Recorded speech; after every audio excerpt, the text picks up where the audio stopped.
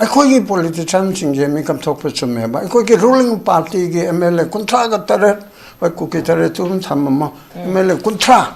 Ruling ꯄꯥꯔꯇꯤꯒꯤ ꯑꯣꯄꯣꯖꯤꯁꯟꯒꯤ ꯑꯣꯄꯣꯖꯤꯁꯟꯅꯕꯨꯗꯤ ꯀꯔꯤ ꯇꯧꯅꯤꯀꯣ ꯍꯥꯏꯔꯤꯕ ꯑꯁꯤ ꯀꯔꯤ ꯇꯧꯔꯤꯒꯦꯕ ꯃꯣꯏ 10ꯗꯪ ꯃꯥꯟꯅꯗꯅ 35ꯗꯪ ꯃꯥꯟꯅꯗꯅ ꯂꯣꯏꯅꯃꯛ ꯅꯠꯇ꯭ꯔꯕꯀꯣ ꯑꯩꯈꯣꯏꯒꯤ ꯂꯝꯕꯤꯁꯨ ꯆꯠꯄ ꯌꯥꯍꯟꯗ꯭ꯔꯕꯗꯤ ꯑꯣꯜ ꯅꯔꯦꯟꯗ꯭ꯔ ꯃꯣꯗꯤꯖꯤꯅ ꯑꯗꯨꯒꯨꯝꯕ ꯑꯃ ꯄꯥꯡꯊꯣꯛꯇ꯭ꯔꯗꯤ ꯑꯃꯤꯠ ꯁꯥꯍꯖꯤꯅ ꯑꯗꯨꯒꯨꯝꯕ ꯑꯃ ꯇꯧꯗ꯭ꯔꯕꯗꯤ 하이드는 지 마ям들을 퍼져는 지 하이레가 아이코이 파티들이 독서하게 미 MLA들이 또 하이로 이거 사땡네 가리 MLA 보이코네 다 하이 아픈데 파티들이 독서하게 할 거는 바로 간다 문경 하이네 핵 또보다 뭐 불랍 만나가 또보다 나레는 모디나 좀 나와로 되다 뭐 동능이 또이나 하이거들나 아이다도 하이거들 많대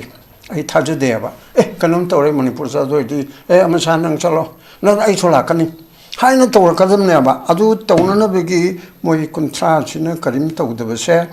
asida ko ge proja su jun 18 ga tin kanare jun 18 dollar doli naite assembly naite lo na mak thogai kai thogai ba du phai hai ba na te ko movement do tingbangamdaba hongnaruba tawdana spontaneous reaction amada tawgeba asida handaki sida asigumba khomachan bhab taminasi haru kanduda nan usemgi secretary general na kum santana harido pong ago jumam tawje na ri khoi MLA amamamda mi kaya kaya yomdra lermi lising ani ni ohum MLA yumda thogai balakpa aduga kanu kapsul ma khare golen kabuk mido mangani manunda sangjarak trabdi 하해봐 아주 미신은 알래 하고는 또 빨리때봐 सरकार은 수미청 폴리스는 수미청 올리바 또보다 MLA 마임 도가이 법도 좀데 하리바 마음 신 호럭던 노이는 떠들미나 아이들은 떠러간다 아깐바 프레셔 아마 피해봐 근데 호지 프레셔 피버시다 아마 마기 완한테 상하이 간노 상하이 페스티벌다 아두 떠오르게 떠오르게 아주 주문도 창자라 그러면 창자라 이들이 로이 MLA 보부 생도 없나이나 MLA 아마도 생도 부우래 하데 뭐 생도 거는 생도 하이버는데 뭐 나로를 완한테 아시다디 뭐 토해봐 아두 뭐지 프라자 마얌시나 오십다브라 프라자 마얌마신 시다 아고 MLA 소디는 강근이 가이나 하이브라도 마코이다 많다바 말리리에바 아두나 아이는 준 18게 더블 준 콘트랙트로 키 모멘나마 콜라이 파이다나 데모크라틱 모멘나마 메가 uprising ama tausi haidana chahi ama makai sura lawrisi sum fail orale kaigana bu civil society singna tawningi do jamu ngamde mera paibe singna tum kangi mera paibe lona mona teko MLA ge napsuri de laiba khaw da laiba kharado adu ma tawduna ikhoi masen pukchen manada ba tinada ba sina akoina hairo ga dabse kare hena haire sarkarna do da tawba haine hak tawbi अतैति तौरीबा लाउरीबा खोंगीबा मैमसे सरकार के मायु तो हायरबदी सरकार ना यादबनी बो हायरबदी हजि लालोबा यावरम बगी वरो यावरम दबगी वरो नोतै गे फारी जना सि असोबि सोमनेबा तसेना लालोबा यावरम तसेना नोमि पायरबा दु फाउ यायबको लालोबा यावरम मी हायरगा कोर्ट तौरगा जमीन थादोक्तना लेरबा अमुकसु फाबा मरा लैतेना थादोबा अदुगा खुसु खुलाई करिम पाइदना ए न हंजन जन फारे मरमदु न NS तारनी 시 떠올리네고 시야이 왜비게 하람니 지금 뭐야 아무래 그래봐 어떻게 거의 마생게 말다 배차 토부기 아들이 마태 만나고 가는 보다는 비게 마청이로 락망아 피드버야 돼 하이비기 아들이 춤춤마다 또 배차 쭉 피드러 볼디 거기에 너무 마루망아 타는매 어떻게 뭐뭐마 하 권통도 뭐 타면매도 타면매 떠올리세요 아이게 만웅다 거의 마생 만웅다 밥다 나더바 나가기 신은 나옥시나 거의 이게 간론 그래서 나갈 하직부대 하이드래 나가 인테그레이션 쿠키 매함기 세퍼레 어디게 마루마 빵라를 수하이바 IRS 월음바 아마나수 세퍼레 버젯 What is this? Separate budget by profession to we have lona why do we demand in a higher second maya machine ko chair na le mate machine da su belly da su nangi group aigi group as yamna sathina waninga wele da manipur gi situation che ai koi punna map tamina ba sange even cookie marum mapang ali ba mate ga kaina ning da ba leiba ma'am che through your channel aina appeal to jari no isune thoro no na chana na lament to hen bana adum nongmaina kaap kane du tawne na haibedo adugi matamdu natre thoraga punna amata oina chaminadana India gi manungda Manipur se phibam wangna thamna bhola minerasi ati punamak amata oina oneness of Manipur da changsin minerasi aina sumaina loisinjage Okay, pabung yang pesan thamik rai koi pabung na sukui ba koi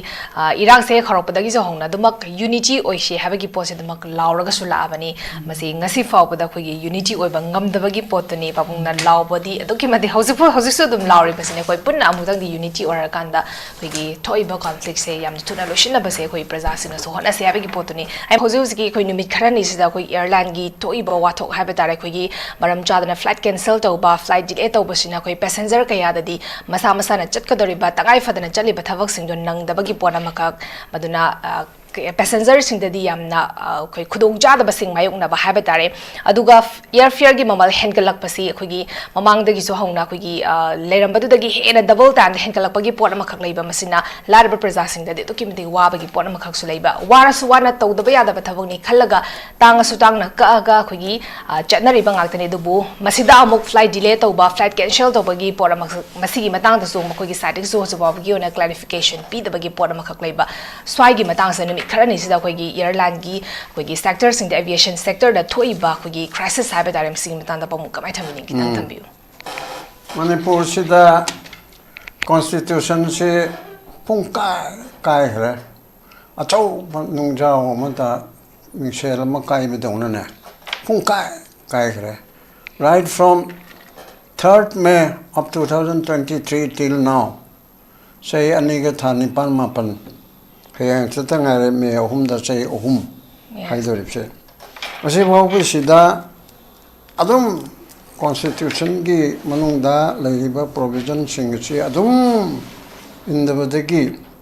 momangi sarkarna madu indre constitution gi provision gi makada sason to bongamdre haidana with effect from 13th of February 2025 tegi president rule suspended animation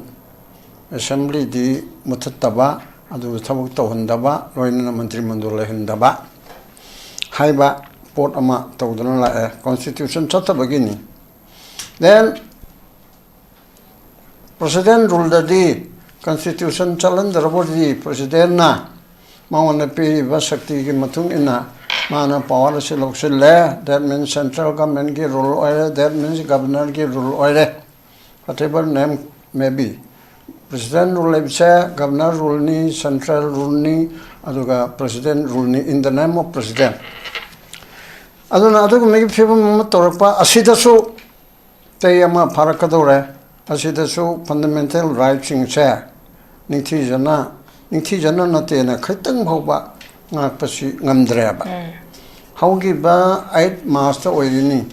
lambi chatpa yalgani haidana Manipur governor na with the initiation of Amit Shah honorable home minister ga tawraga lautoe aduli mam chatpa yaredana some organization khara daily base chatna bhonare adu chatpa yahandre aduna lambi chatpa yahamdaba aduga marumda magi mayum lamdamda leijage hanjage resettle tawjage haibi yahamdaba se masi Article 19(1)(d) right to free movement asibu thingba aluga Article 19(1)(e) right to settlement settle tawdan hanu leijabado amuk hanjin jage haiba aluga mengi notice ama thoktana madu changba yaroi there are so many reasonable restrictions lambi do laina ngatang aitna landslide tawre matam khara chatpe yaroi adagi simba khudong chadaba mihat mipun yam thoe aduna curfew tore sida chatpe yaroi adagi tamthireba sa kai asamda samuna lambi chatpe yadre haido adu mam leidana mi matam khara chatpe yadre haidana thingbado natraga lambi semi haidana sarkarna order ma thoga thingba aduguma reasonable restriction nataba sarkarna order thokpa leite ma thokpa leite sigumba lani haiba bharat sarkarna mateng pangaga kuki lamento enba kuki punamak nate kuki lamento enba khara amsuma panagi sangpa khara galoktunarga Manipur thugai na bahona ba sida kudo mar sarkarna chu pangchin boina mayam uripse ꯑꯁꯤꯒꯤ ꯐꯤꯕꯝ ꯑꯁꯤ ꯇꯧꯗꯅ ꯑꯩꯈꯣꯏꯒꯤ ꯔꯥꯏꯠꯁꯦ ꯑꯗꯨꯝ ꯃꯥꯡꯉꯦꯕ article 14 ꯈ꯭ꯋꯥꯏꯗꯒꯤ ꯃꯔꯨꯑꯣꯏꯕ 3 triangle rules law kari karino article 14 right to equality before the law article 19 right to freedom article 21 right to life and liberty hairiba khwaidagi maruoiba fundamental right singi manungda maruoiba ahum triangle oiriba golden triangle ge mongda leriba se masi manipur dadi aduga more particularly Mitay haiba majority sidadi sungya yadraba yahandraba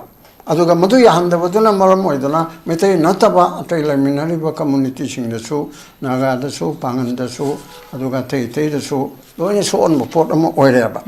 aduna right to equality litra atay lamda aeroplane bhara si akoina khanbada yam mamangda toina chalamada impal to ga si hardly 30 to 40 minutes karigumada 45 minutes harasi masini palising anina ahumna hoi ani ga chatpadu khar mamangda oireko ahum mari sumaina lakpada hojikti minimum da tara mari manga maximum di limit laitre khodak ta loge haladi kun manga da chatpa yawedana nahan ukin channel boket amana tammi ga hatidi ki thorpada aduna sigumma poda se masi government of India na yam thuna yengchen bam thokpuna bde yeng dreba khogise akhoi right ase masi area sida akhoi pomang manga banaba aduna adegi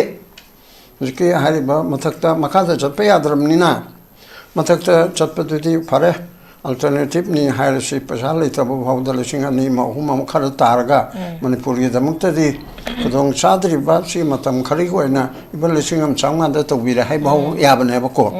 hoi pomlong lo hai bidu di yadaba so igani adu main tawdab de yam hena double triple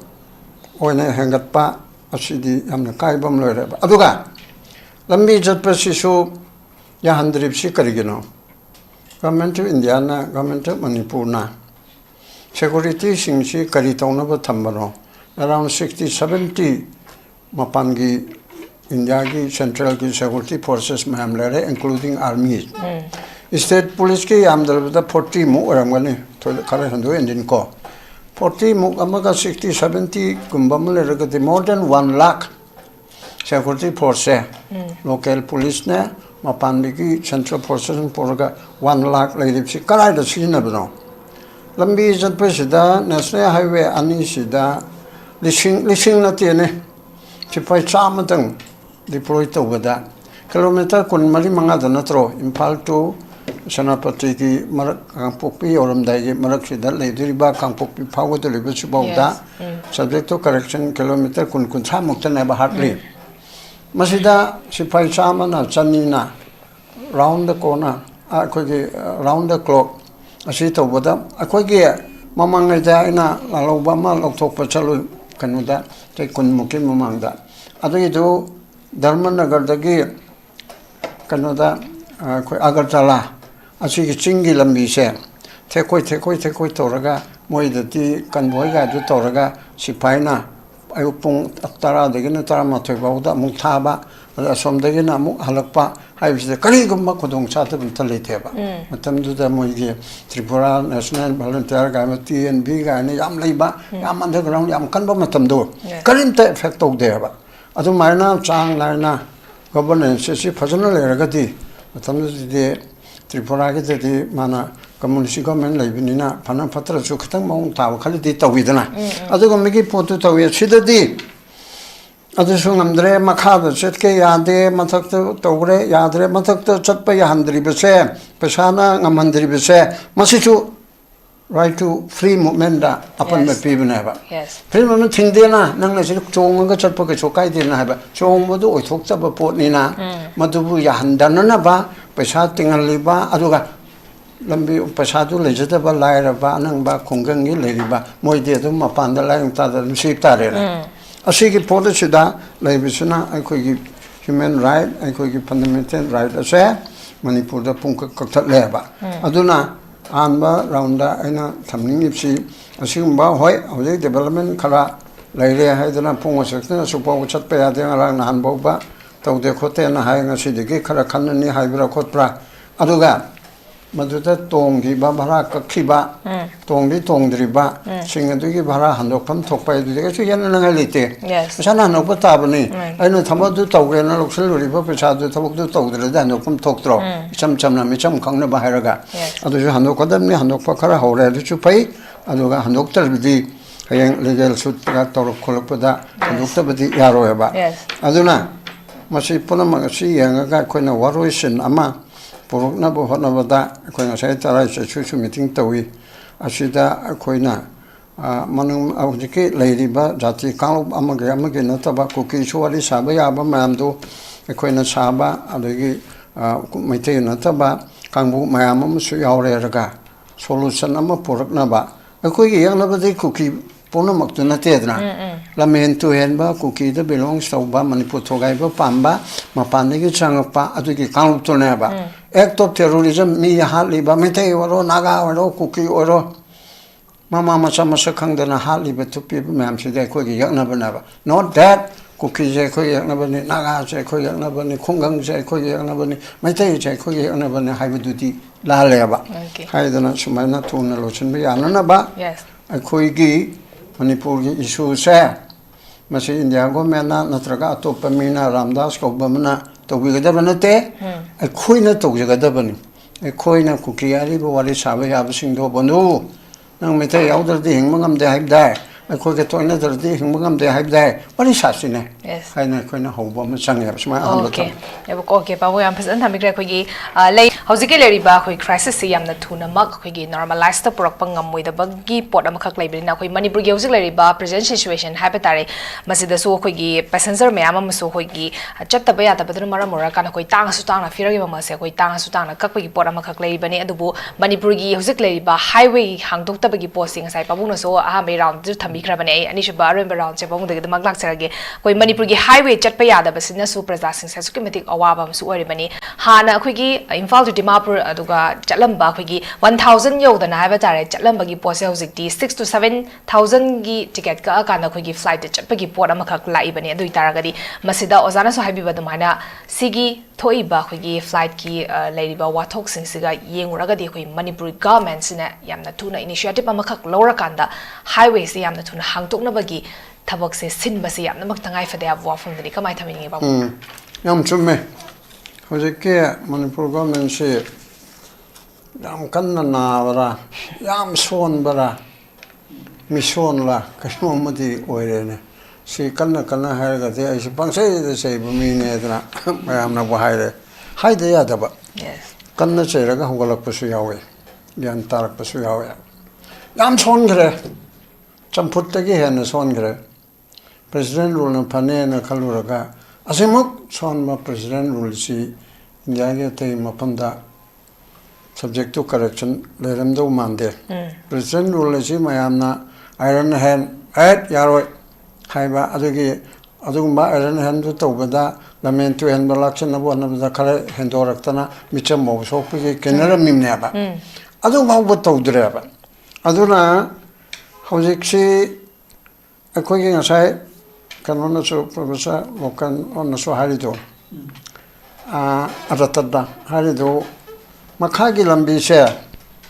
machi chalan bada kari to game ni akoi na khangdara ra sarkar na chalan ge ne khalabadi security toraga chalan ba yaroidro hoisu apechal khole na hai pangan kan hai bidi yadre security na yam tha na toraga akakna ba we ching kharabudi chatpa budi tai adudi lonja lom thupna na chatpe gi wan dana aduda kachu torte hai bi wan ba adu pot punam madu to yaraga hojar be security mam si shin nabda kade we hai na sibo lambi da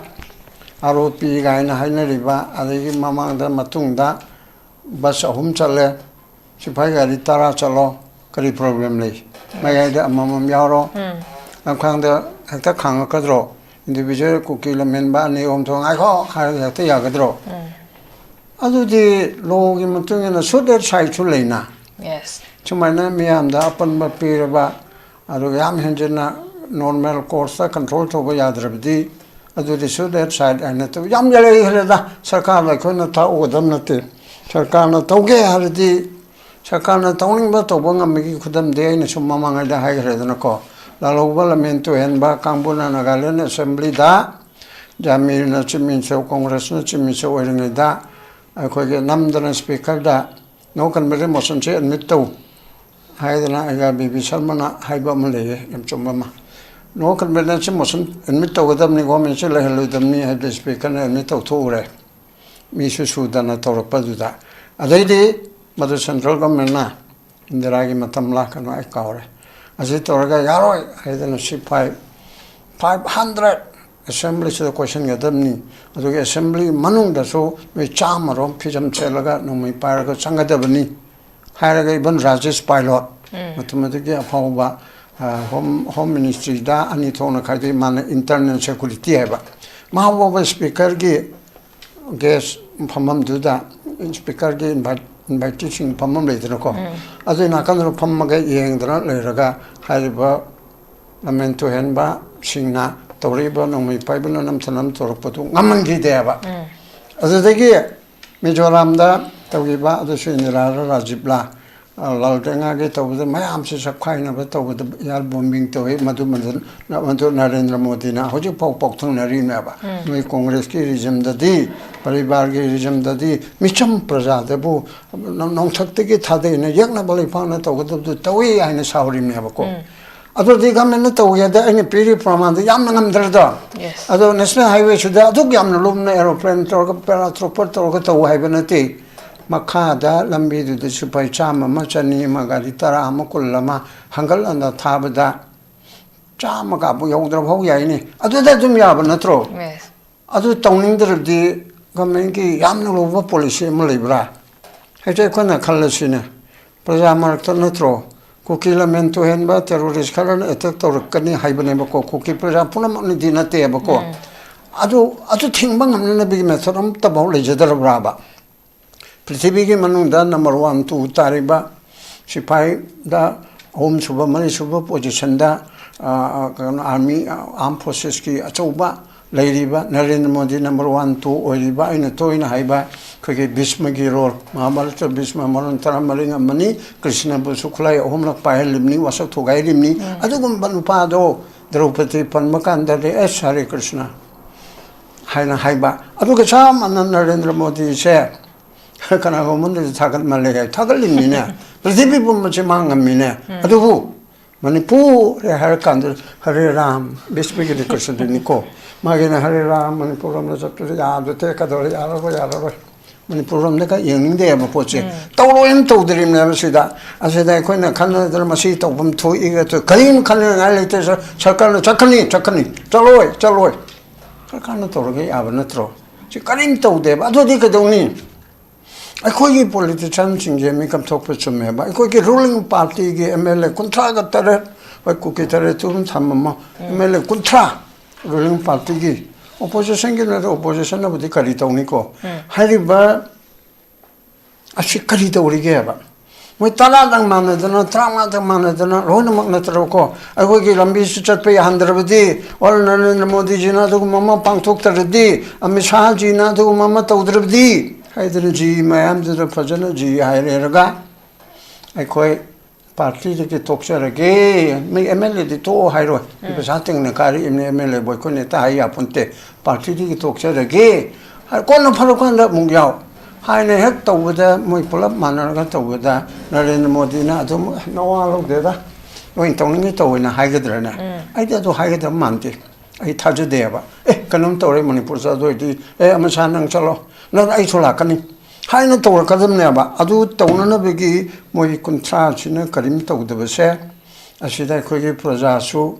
jun 18 ga tin khenore jun 18 ni dollar naite assembly naite lo na mak thogai ba du phai hai ba na te ko movement do tingmangam da ba hongnaru ba tawdana spontaneous reaction amada tawge ba asida handaki sida asi micromission bhab tamina se hai kanduda nan USMG secretary general na kum santana harido pong ago je mam tawge na ri khoi de MLA amamam da mi kaya yom dra mi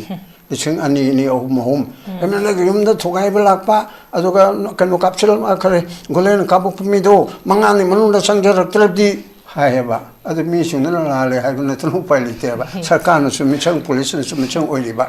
ꯇꯧꯕꯗꯕꯨ MLA ꯃꯌꯨꯝ ꯊꯨꯒꯥꯏꯕꯕꯨꯗꯤ ꯆꯨꯝꯗꯦ ꯍꯥꯏꯔꯤꯕ ꯃꯌꯥꯝꯁꯤꯅ ꯍꯧꯔꯛꯇꯅ ꯂꯣꯏꯅ ꯇꯧꯗ꯭ꯔꯕꯅꯤ나 하이ꯗꯅ ꯇꯧꯔꯀꯥꯟꯗ ꯑꯀꯟꯕ pressure ꯑꯃ ꯑꯀꯟꯕ pressure ꯑꯃ ꯄꯤꯌꯦꯕ ꯑꯗꯩ ꯍꯧꯖꯤꯛ ꯄ꯭ꯔꯦꯁꯔ ꯄꯤꯕꯁꯤꯗ ꯑꯃꯒꯤ ꯋꯥ ꯅꯠꯇꯦ ꯁꯉꯥꯏ ꯀꯩꯅꯣ ꯁꯉꯥꯏ ꯐꯦꯁꯇꯤꯚꯦꯜꯗ ꯑꯗꯨ ꯇꯧꯗꯦ ꯑꯗꯨ ꯁꯨꯝꯃꯅꯗ ꯆꯪꯖꯔꯛꯀꯗꯕꯅꯤ ꯆꯪꯖꯔꯛꯑꯣꯏꯗꯕꯗꯤ ꯂꯣꯏꯅ MLA ꯐꯥꯎꯕ ꯁꯦꯡꯗꯣꯛꯅꯩꯅ MLA ꯑꯃꯗꯤ ꯁꯦꯡꯗꯣꯛꯄ ꯎꯔꯦ ꯍꯥꯏꯗꯤ ꯃꯣꯏ ꯁꯦꯡꯗꯣꯛꯀꯣꯅ ꯁꯦꯡꯗꯣꯛ ꯍꯥꯏꯕ ꯅꯠꯇꯦ ꯃꯣꯏ ꯅꯍꯥꯔꯣꯜꯒꯤ ꯋꯥ ꯅꯠꯇꯦ ꯑꯁꯤꯗꯗꯤ ꯃꯣꯏ ꯊꯣꯛꯑꯦꯕ ꯑꯗꯨ ꯑꯣꯏꯔꯕꯗꯤ ꯄ꯭ꯔꯖꯥ ꯃꯌꯥꯝꯁꯤꯅ ꯎꯁꯤꯠꯇꯕ꯭ꯔꯥ ꯄ꯭ꯔꯖꯥ ꯃꯌꯥꯝ ꯃꯁꯦꯟꯁꯤꯗ ꯑꯩꯈꯣꯏ MLA ꯁꯣꯛꯑꯗꯤ ꯅꯪ ꯈꯪꯒꯅꯤ ꯀꯥꯏꯅ ꯍꯥꯏꯕ꯭ꯔꯥ ꯑꯗꯨꯒꯨꯝꯕ ꯑꯩꯈꯣꯏꯗ ꯃꯥꯟꯅꯗꯕ ꯑꯃ ꯂꯩꯔꯤꯑꯕ ꯑꯗꯨꯅ ꯑꯩꯅ ꯖꯨꯟ 18ꯒꯤ ꯗꯕꯜ ꯖꯨꯟ 23ꯀꯤ ꯃꯨꯞꯃꯦꯟ ꯑꯃ ꯈꯨꯠꯂꯥꯏ ꯄꯥꯏꯗꯅ ꯗꯦꯃꯣꯀ꯭ꯔꯦꯇꯤꯛ ꯃꯨꯞꯃꯦꯟ ꯑꯃ mega uprising ama tausi haidana chahi ama makai sura laurisi sum fail orga layaba kaigana bu civil society singna tawningi do jamu ngamde mera paibe singna tum kangi mera paibe lona mona te ko MLA gi napsuri de laiba khaw da laiba kharado adu ma tawbuduna ikhoi masen pukchen manada ba tinada ba sina akhoi na hairo ga dabse khare he na haire sarkar na do da tawba haine hak tawbi अतैति तौरीबा लाउरीबा खोंगीबा मैमसे सरकार के मायुतबु हायरबदी सरकार ना यादबनी बु हायरबदी हजि लालोबा यावरम बगी वरो यावरम दबगी वरो नुतै गी फारी जना सि असोबि सोमनेबा तसेना लालोबा यावरम तसेना नोमि पायरबा दु फाउ यायबको लालोबा यावरम मी हायरगा कोर्ट तौरगा जमीन थादोक्तना लैरबा अमुकसु फाबा मरा लैतेना थादोबा अदुगा खुजु खुलाई करिम पाइदना ए नंग हंजन हंजन फारे मरमदु नंग एनएस तारनी सी तौरीनेबको सिआई होइबिगे हायरमनी सिगुम्बा मया अमा लेगरेबा अदुगे खोइ मसेंगी मरक्ता पैसा थोबगी अदुगे मते मनाउ खाइनबदा नुपीगे मचंगरो लाख मंगा पीदबा यादे हाइबगी अदुगे सुम सुमबदा अदु तो पैसा सु पीदरबोदि खोइगे नोमै मरु मंगा थनमे अदुगे बो ममा हा कोन्थोंदुदा बोन थममे अदु थममे तौरीसे यम अदुगे मनुदा खोइ मसेंगी मनुदा भाब तानदबा नागागे सिनाउ सिना खोइगे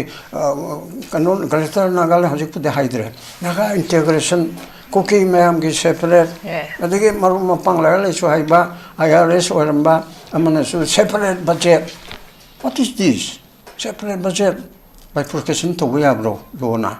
hoy adu mi demand na hajara sigumba maya machina ko chay na le mate machen da su belli da su nangi group aigi group as yamna sathina waninga oile da manipur gi situation che ai koi punna map tamina ba sange even cookie marum mapang ali ba mate ga kaina ning da ba leiba mem che through your channel aina appeal to jari noi sune thoro no na chana na lament to hen bana adum nongmaina kaap kan du tawne na haibado adugi matamdu natre thora ga punna amato ena chamina dana india gi manungda manipur se fibam wang na tamna na bhona minorasi dati punam amato ena oneness of manipur da changsim minorasi ai somaina loisin jage okay pabung yam phasan thamik ra ko gi pabung na sukui ba ko gi irang se kharok da gi jo hongna dumak unity oise habe gi pose dumak laura ga sula abani masi ngasi faw da ko gi unity oi ba ngam da gi pot ni pabung na law body aduki mati hausu su dum lauri basine koi punna amudang di unity ora kanda ko gi thoi ba conflict se yam tuna loshina ba se koi praja sina so hona se habe gi pot ni ai